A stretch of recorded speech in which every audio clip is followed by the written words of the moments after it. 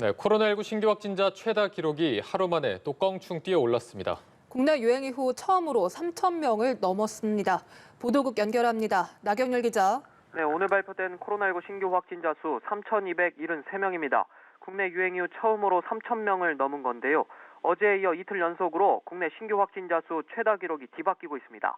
신규 확진자 3,273명 중 지역사회 감염자가 3,245명입니다.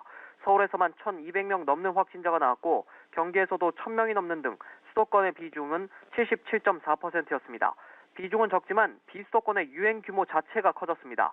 대구에선 100명이 넘는 118명이, 충남에서도 91명, 대전 79명 등의 신규 환자가 확인됐습니다. 추석 명절 이전부터 증가했던 수도권의 확진자가 비수도권으로 번져가는 모양새가 나타나고 있는 건데요. 방역당국은 연휴 이동 여파가 본격적으로 나타나는 다음 주 지금보다 감염 규모가 더 커질 걸로 내다봤습니다. 당국은 무증상 감염이 많은 만큼 모임을 가졌거나 조금이라도 의심 증상이 있다면 적극적으로 진단검사를 받아줄 것을 당부했습니다.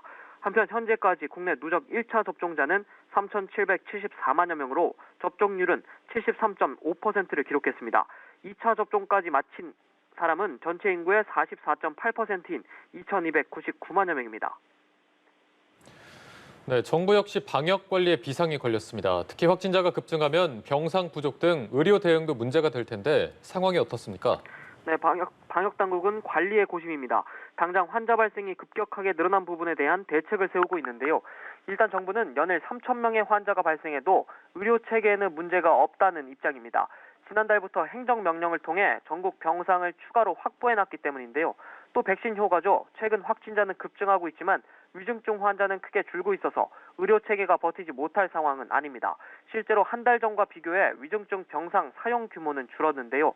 지난달 23일만 해도 581개의 중환자 병상이 사용됐지만 이번 달엔 512개 병상만 사용 중입니다. 하지만 지금보다 더 큰 규모의 확진자가 지속 발생하면 문제가 생길 수 있는 만큼 정부는 재택치료를 확대하기로 했습니다. 현재 재택치료를 운영 중인 지자체는 서울과 경기 등 9곳이지만 이를 전국으로 확대한다는 게 정부의 계획입니다. 한편 다음 달 4일부터 적용되는 거리두기 조정 방안은 다음 주 발표되는데 정부는 신규 확진자 수뿐 아니라 위중증률과 치명률 등을 종합적으로 검토해 결정하겠다고 설명했습니다. 지금까지 보도국에서 전해드렸습니다.